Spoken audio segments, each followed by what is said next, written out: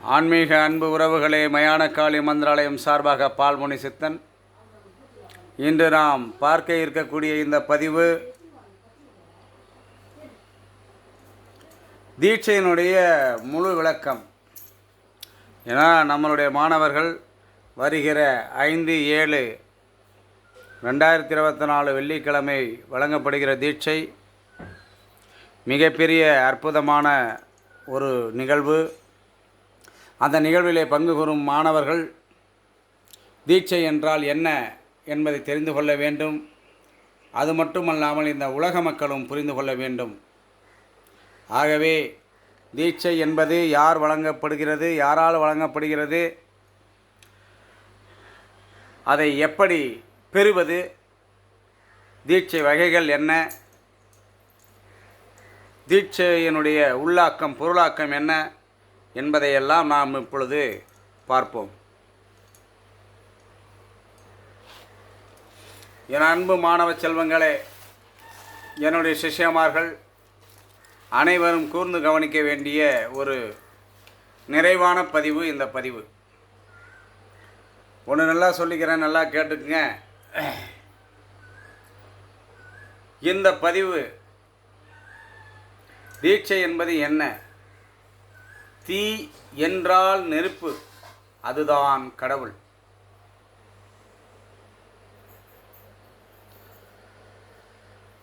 சிவத்தில் உள்ள சி எழுத்தையும் சக்தியினுடைய கடைசி எழுத்து தீ என்பதையும் இணைந்த இரண்டர கலந்த பொருளாக கருதப்படுவது நெருப்பு, தீ. அந்த தீ என்னும்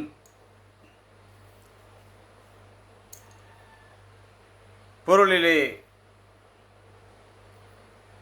தீயாய் இறைவன் இருப்பதனால், சிவனும் சக்தியும் இரண்டர கலந்திருப்பதனால், அப்பேற்பட்ட ஒரு பொருளாக்க உள்ள அந்த சக்தியை, தீட்சையை நாம் பெறுவதே தீட்சையாகும்.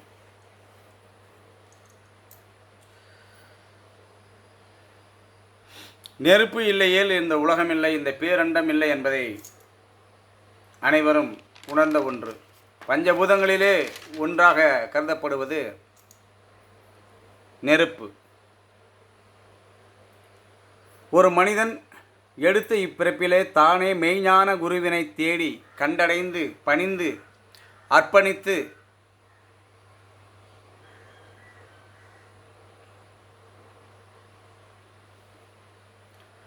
ஞான தீட்சையை பெற தன்னுடைய மன அழுக்குகளை, உயிர் மற்றும் ஆன்ம அழுக்குகளை நீக்க பெற்று மாசற்று தன்னை உணர்ந்து தனக்குள் இறைநிலையை உணர்ந்து இறைத்தன்மையிலே இரண்டர கலந்து ஞானத்தில் கரைந்து என்றும் நித்தியராக வாழ்வதற்கு முடிவெடுத்து அதன்பின் குருவின் தீட்சை பெறுவதிலே குரு தீட்சையாகும்.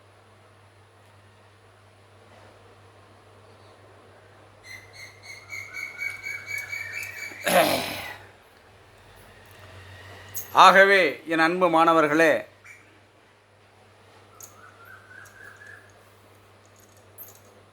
தீட்சை என்பது 6 வகைப்படும். ஸ்பரிச தீட்சை, நயன தீட்சை, பாவன தீட்சை, வாக்கு தீட்சை, யோக தீட்சை, நூல் தீட்சையாகும். அதிலே ஆதார தீட்சை என்பது இறைவன் ஞானாசிரியர் ஒருவர் மூலம் ஆணவம், கன்மம், மாயை ஆகிய மும்மலங்களையும் உடைய நம் போன்றவருக்கு அளிக்கும் தீட்சை ஆதார தீட்சையாகும். இறைவன் வேறொரு ஆதாரத்தை வேண்டாது தானே குருவாய் நின்று ஆணவம், கன்மம் ஆகிய 2 மலங்களையும் மட்டுமுடைய பிரளகையாகளாருக்கு முக்தி அளிக்கும் தீட்சை நிராதார தீட்சையாகும்.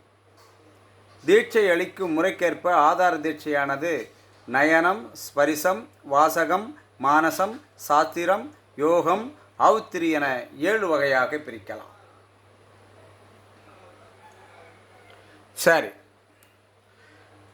இப்போ நம்ம பார்க்கக்கூடிய தீட்சையினுடைய முதல் விளக்கம் ஸ்பரிச தீட்சை. ஸ்பரிச என்பது தொடுதல்.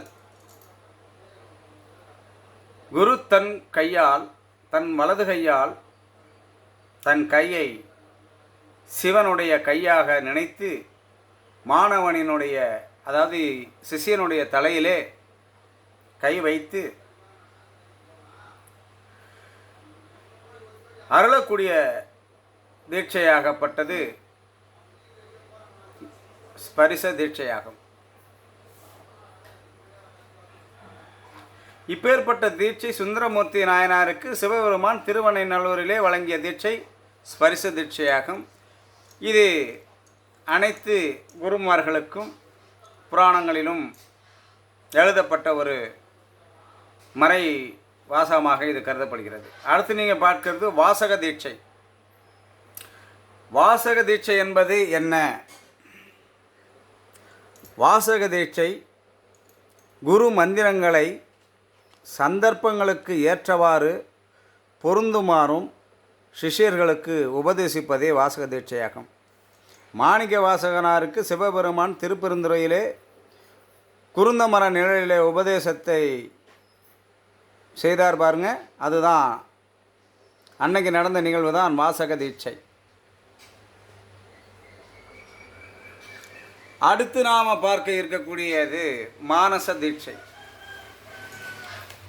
என்னடா இது, நம்ம போயிட்டு தீட்சை ஒன்று வாங்கிட்டு வந்துடலாம் அப்படின்னு நம்ம நினச்சோம். கடைசியில் இந்த குரு என்ன பண்ணுறாரு, 6 வகையாக தீட்சையை பிரிச்சுட்டு சாஸ்திரம், புராணம், வரலாறு அப்படின்னு சொல்கிறாருன்னு என்னுடைய மாணவர்கள் கருதக்கூடும். ஆனால் ஒரு விஷயத்தை நாம் பெறுவதற்கு முன்பாக அதனுடைய பொருள் என்ன, இது மந்திரங்களிலும் நாம் சொல்லக்கூடிய மந்திர உருக்களில் நம்ம எடுக்கக்கூடிய தெய்வங்களுடைய என்ன சொல்கிறது, சித்தி, தெய்வ சித்தி, தேவதை சித்தி பெறும்போது கூட அதில் உள்ள விளக்கம் என்னன்னு தெரிஞ்சுக்கிட்டு தான் நம்ம பண்ணணுமே தவிர, பொருள் அறியாது நீங்கள் எதை வேணாலும் வாங்கி வச்சுக்கிட்டு எனக்கு வரலன்றது தப்பு. அதனால் புரிஞ்சுக்கங்க, பொருள் அறிந்து தான் நம்ம எந்த ஒரு வேலையும் செய்யணும். மானச தீட்சை குரு தன்னை சிவமாக பாவித்து அந்த பாவனையிலே சிஷ்யனுடைய ஆன்மாவை அந்த உடலிலே இருந்து பிரித்தெடுத்து குருவினுடைய ஆன்மாய் மூலயமாக இந்த சடம், இந்த என்ன சொல்கிறது, இந்த நரஜென்ம உடலை தவிர்த்து இந்த குருவினுடைய உடலும் படாது, சிஷ்யனுடைய உடலும் படாது. ஆனால் குருவினுடைய ஆன்மாவும் சிஷ்யனுடைய ஆன்மாவும் இரண்டும் சந்தித்து பெறக்கூடிய ஒரு பேராற்றல் தான் மானச தீட்சை.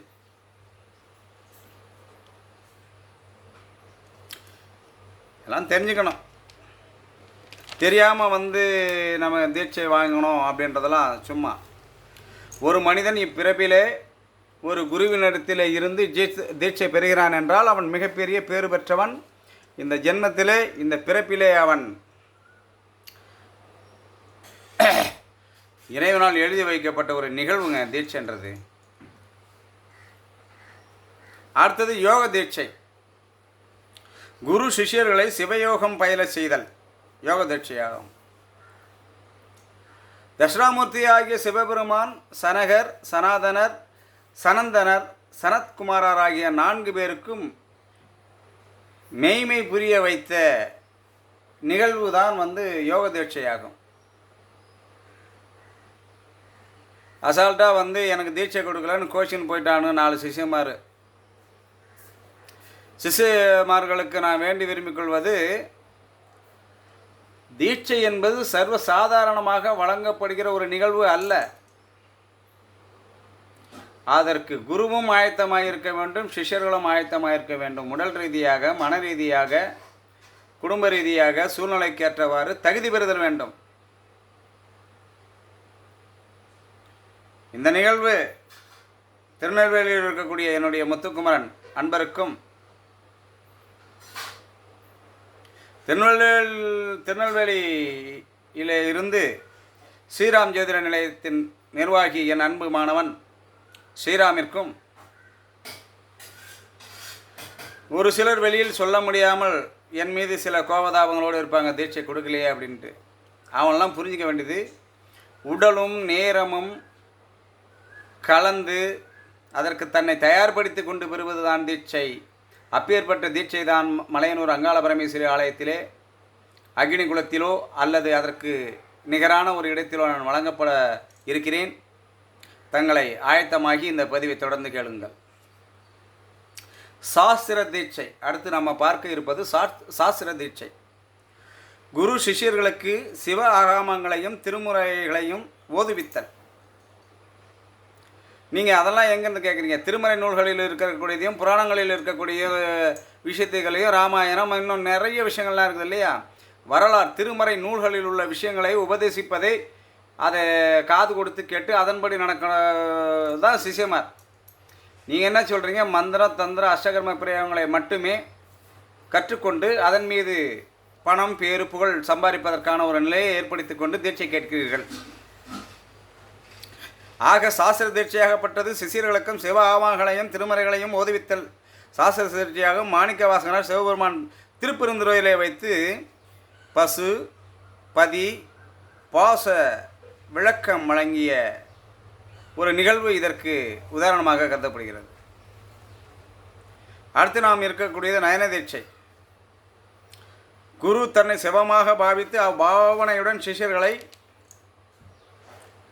கண்களால் நோக்கி, அந்த சிஷ்யனுடைய கண்ணும் இந்த குருவினுடைய கண்ணும் நேருக்கு நேராக சங்கமித்து அமானுஷ்யமான முறையிலே இந்த குரு தன் பார்வையால் சிஷ்யர்களுக்கு வழங்கப்படுகிற ஒரு தீட்சை தான் நயன தீட்சை.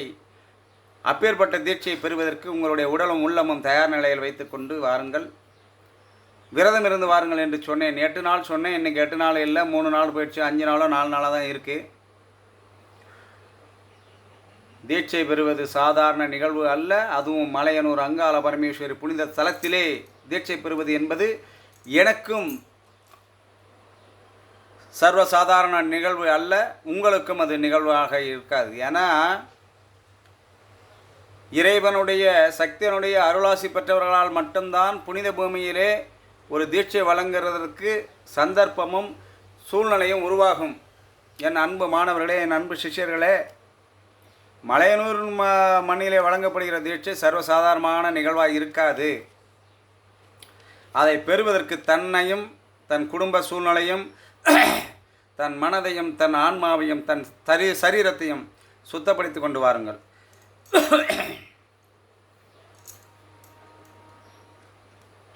அப்போ இந்த நயன தீட்சை எங்கே நடந்தது அப்படின்னா,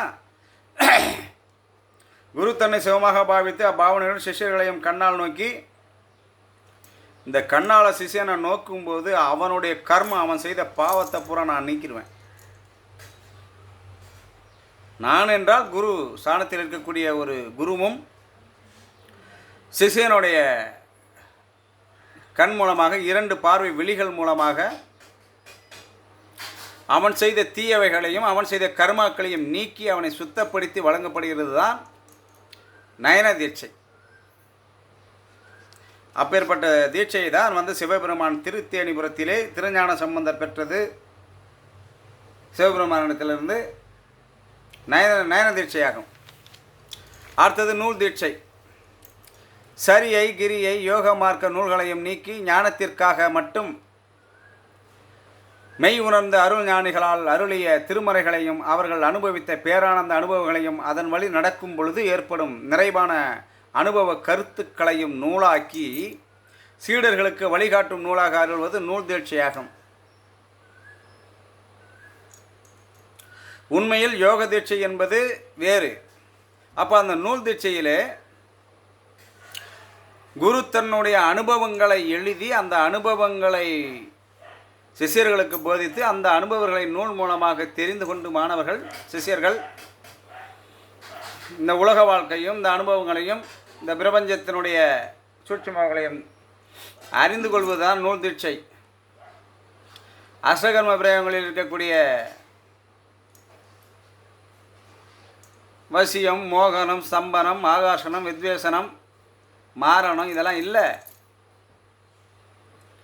அது வேறு, சாஸ்திர நூல்கள் வேறு. நூல் தீட்சை என்பதற்கு இருவேறு பொருளாக கருதப்படுகிறது.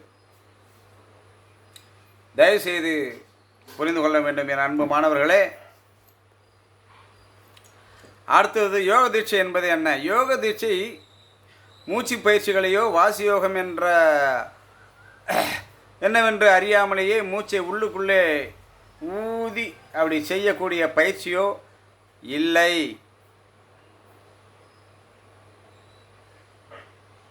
எண்ணமற்று சகஜத்திலே மனதில் மோன நிலையை பெற்று சிவவழி லயமாகிய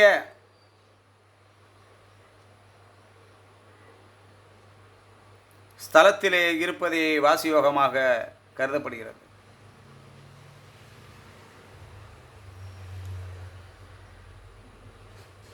என் அன்பு மாணவர்களே, சிஷ்யமார்களே, அடுத்து நாம் பார்க்க இருப்பது வாக்கு தீட்சை. தீட்சை கொடு, தீட்சை கொடு, தீட்சை கொடுனா என்னென்ன தீட்சை? தீட்சையில் எத்தனை வகையான விஷயங்கள் இருக்கிறது, எத்தனை வகை தீட்சை இருக்கிறது? தீட்சை கொடுனா என்ன தீட்சைன்னு தீட்சைக்கு பொருள் தெரியாமல் தீட்சை வாங்குவதற்காக ஏங்கி நிற்கும் என் அன்பு மாணவர்களே, பார்த்துக்கிட்டே வாங்க அந்த பதிவை. அடுத்தது வாக்கு தீட்சை. ஞானகுரு ஞானிகள் அருளிய திருமறை கருத்துக்களையும் தனக்குள்ளே மெய் ஞானமாக உணர்ந்ததையும் இறைத்தன்மை நிலைத்து நின்று உள்ளன்போடு கேட்கும் சீடர்களுக்கு சொல்லி அவர்தம் உணர்வில் உயிரில் ஆன்மாவில் கலந்து ஞான அதிர்வுகளை உருவாக்கி என்றென்றைக்கும் சிஷ்யர்களை வழிநடத்துவது வாக்கு தீட்சையாகும். வாக்கு தீட்சை என்பது குருவான ஒருவர் தன்னுடைய வாழ்நாளிலே உணர்ந்த தத்துவங்களையும் அனுபவங்களையும் போதனைகளையும் திருமறை நூல்களிலே உள்ள உண்மை நிகழ்வுகளையும் எடுத்துரைத்து அதன் மூலம் நல்லொழுக்கங்களை கடைபிடிக்க வழிவகுத்து உள்ளிருக்கக்கூடிய மும்மலங்கள் என்னும் ஒரு கர்ம மலங்களையெல்லாம் அழித்து பிரித்து எடுத்து சரீரத்தை சுத்தமாகி ஆன்மாவை சுத்தமாகி அந்த சிஷ்யனை தூய்மை பெறுவதற்காக தன்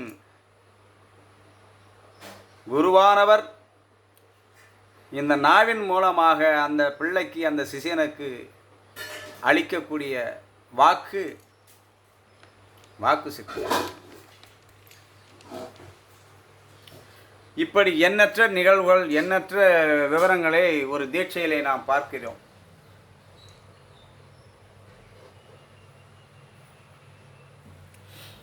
ஆகவே என் அன்பு மாணவர்களே, தர்மயுத்தம் சேனல் மூலமாக இந்த பதிவை உற்று நோக்கி கொண்டிருக்கக்கூடிய வலைதள மக்களே, என்னால் முடிந்த விளக்கங்களை தந்திருக்கிறேன். தீட்சை என்பதின் மறுபாகமாக இந்த விளக்கங்களை கூட நான் மெய்ஞானத்தால் உணர்ந்தவை அல்ல, முன்னோர்கள் ஞானிகள் எழுதி வைத்த உண்மையை நான் உங்களுக்கு வழங்குகிறேன். ஆகவே என்னை நான் அகம்பாவத்தில் உயர்த்தி, என்னை கௌரவப்படுத்தி, குரு என்ற ஆணவத்தில் நான் இந்த பதிவை போடவில்லை. என் மக்களே, அன்பு செல்வங்களே, சிஷ்யமார்களே, ஆன்மீக உறவுகளே, மாந்திரிகளே, தாந்திரிகர்களே, குருமார்களே, தீட்சையை பொருள் அறியாது தீட்சை பெறாதீர்கள். தீட்சை பெறுவதற்கு தன்னை ஆயத்தப்படுத்திக் கொள்ளுங்கள். என்னிடத்திலே மாந்திரிக அஷ்டகர்ம பிரயோகங்களை கற்றுக்கொள்ள வந்த மாணவர்கள் எத்தனை பேர் சொல்லியிருப்பீர்கள், நான் அவர்களிடம் தீட்சை பெற்றிருக்கிறேன் அது போதுமா, இவரிடம் தீட்சை பெற்றிருக்கிறேன் அது போதுமா என்று. தீட்சை என்பது நான் குறிப்பிட்டபடி இந்த 6 விதமான தீட்சையை எந்த குருமார்கள் உங்களுக்கு கொடுத்திருக்கிறார்களோ அந்த 6 விதமான தீட்சையாகப்பட்ட ஸ்பர்ச தீட்சை, நயன தீட்சை, பாவனா தீட்சை, வாக்கு தீட்சை, யோக தீட்சை, நூல் தீட்சை, இன்னும் ஆவுத்திரி போன்ற தீட்சைகளை விளக்கமாக எடுத்துரைத்து வெறும் கையினால் ஆசீர்வாதம் பண்ணியோ இல்லை மண்டை ஓட்டால் ஆசீர்வாதம் கபாலத்தினால் கொடுக்கறதெல்லாம் தீட்சை இல்லை. நான் விளக்கம் சொல்லியிருக்கிறேன். தன்னுடைய ஆன்மாவையும் சிஷியனுடைய ஆன்மாவையும் பிரித்தெடுத்து உடலிலே இருந்து 2 ஆன்மாக்களை 2 கலந்து அது மூலயமாக கொடுக்கக்கூடியது தீட்சை. இந்த குருவின் பார்வையால் சிஷியனுடைய கண்ணில் இருந்து அவனை சரீரத்திலிருந்து பிரித்து ஆன்மா ரீதியாக கொடுக்கக்கூடியது தீட்சை. தான் உணர்ந்த அனுபவங்களை, தான் கற்றுத் தேர்ந்த தேர்ச்சி முறைகளை, திருமறை நூல்களிலே கொடுக்கப்பட்டுள்ள சாஸ்திர சம்பவங்களை எல்லாம், நிகழ்வுகளை எல்லாம் விளக்கமாக எடுத்து போதிப்பது தான் தீட்சை. அசகர்ம பிரயோகங்கள் என்னும் மாந்திரிகத்தினுடைய கலைகளை போதிப்பது தீட்சை அல்ல.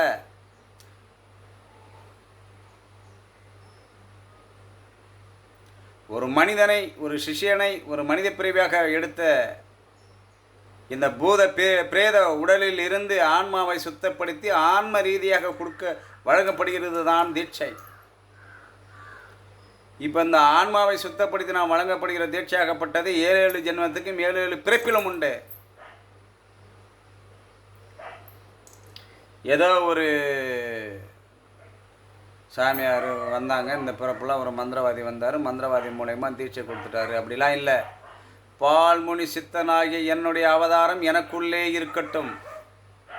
அது தற்பெருமையான பட்டம் அல்ல, பேரல்ல, புகழல்ல. வலைப்பதிவிலே ஒரு சில நண்பர்கள் பதிவிட்டிருந்த மாதிரி, நான் பால்முனி சித்தனாக வாழ்வது எனக்கு இறைவனால் வழங்கப்பட்ட தகுதியை தவிர உலக மக்கள் பார்வைக்காக பெருமிதம் கொள்வதற்காக வழங்கப்பட்ட பேரல்ல. அப்பேற்பட்ட சக்தி எனக்கு தந்த அந்த இறைவன், அந்த சிவன், அந்த சக்தி, இந்த பிரபஞ்சம் நான் போதிக்கும் கூடிய விளக்கங்களை எல்லாம் இந்த உலகத்திலே இருக்கக்கூடிய குருமார்களும் ஞானிகளும் சித்தர் பெருமக்களும் உணர்ந்து தெரிந்து இவனால் போதிக்கப்படுகிறது தவறான கண்ணோட்டம் இல்லையா என்பதை அவர்கள் தீர்மானிக்கட்டும், இந்த பிரபஞ்சம் தீர்மானிக்கட்டும். ஆனால் என்னை பின்தொடர்கிற என்னுடைய சிஷ்யமார்கள் நான் இந்த பதிவிலே போட்டிருக்கிற பதிவுகளைப் போல தன்னையும், தன் சரீரத்தையும், தன் உடலையும், தன்னுடைய வீட்டையும், தன்னுடைய எண்ண அலைகளையும் சுத்தப்படுத்தி கொண்டு வாருங்கள்.